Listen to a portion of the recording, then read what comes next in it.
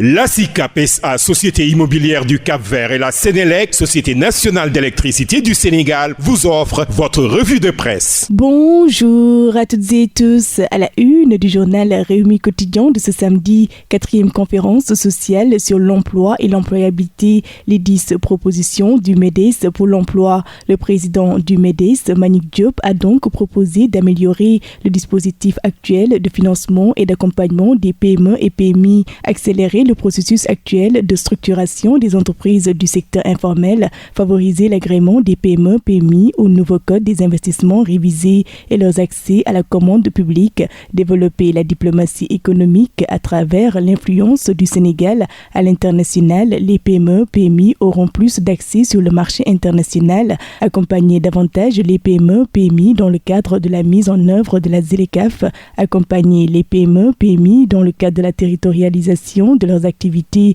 permettant d'enrôler de nombreuses entreprises dans les territoires hors de Dakar, accroître les moyens matériels, humains et financiers du 3FPT et de tous les instituts publics dans leurs missions respectives de formation et d'encadrement pour favoriser l'employabilité des jeunes et des seniors, favoriser l'implantation massive de petites unités industrielles pour une forte industrialisation du Sénégal et le développement des PMI, et enfin favoriser l'intégration des petits acteurs du secteur primaire au niveau des organisations du secteur privé pour favoriser la professionnalisation de leurs activités. D'ailleurs, le Premier ministre Ousmane Sonko mise sur un secteur privé fort. Le même journal nous parle de la fermeture des médias non conformes. L'État interdit toute diffusion et publication. Et oui, régulation des médias au Sénégal. Le gouvernement hausse le ton, titre Sud Quotidien. Le gouvernement du Sénégal vient de poser un nouvel acte dans la procédure de régulation du secteur de la presse sénégalaise. Hier, vendredi 25 avril 2025, le ministère de la Communication, des Télécommunications et du Numérique,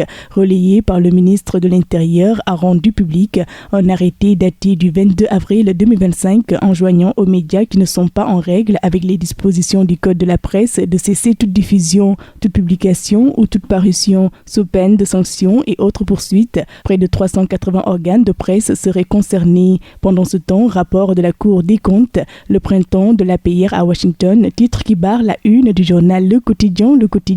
La directrice du FMI a reçu le contre-rapport de Macky Sall et passe d'armes entre le ministre Guirassy et le député Guy Marius Sagnan. Walf Quotidien titre coup pour coup. L'info abonde dans le même sens, polémique autour des dépenses au ministère de l'Éducation. Ça vole bas entre Guy et Guirassy. Dans les Échos, accusés de présumée corruption pour 50 millions par un entrepreneur, Ismaïla Madior Fall accuse Ousmane Diagne. Il estime que c'est son successeur au ministère de la Justice qui l'a amené à la Haute Cour de justice. Affaire des fonds Covid, demande de mise en accusation. Les détails de l'affaire Sophie Gladimon nous informe Libération. Construction d'un centre à Kédougou pour les orpailleurs, un marché intégralement payé et jamais démarré. Bien immobilier appartenant à l'État, Mbaye Ndiaye face à la justice, nous dit l'Observateur. Le journal du groupe Futur Média nous parle des détails de la requête du procureur près le tribunal de grande instance hors classe de Dakar. Cependant, lancement du programme de résilience du système alimentaire, 153 milliards de francs CFA sur 6 ans, nous informe Le Soleil.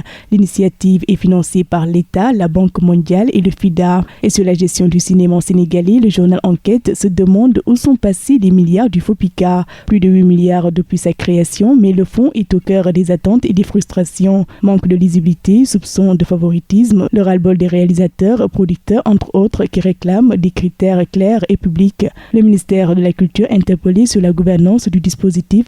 En sport, dans le journal Rewmi Sport, championnat d'Afrique de football scolaire, le Sénégal en finale. JOJ Dakar 2026, l'État octroie 102 millions de francs CFA à la Fédération sénégalaise de football. Record pour terminer, Coupe du Roi, finale ce samedi à 20h, 32e sacre du Barça ou 21e pour le Real, s'interroge ce journal. Et c'est ce qui m'a fait à ce tour des journaux. Très bonne lecture à toutes et tous. La SICAP SA, Société immobilière du Cap-Vert, et la Sénélec, Société nationale d'électricité du Sénégal, vous ont offert votre revue de presse.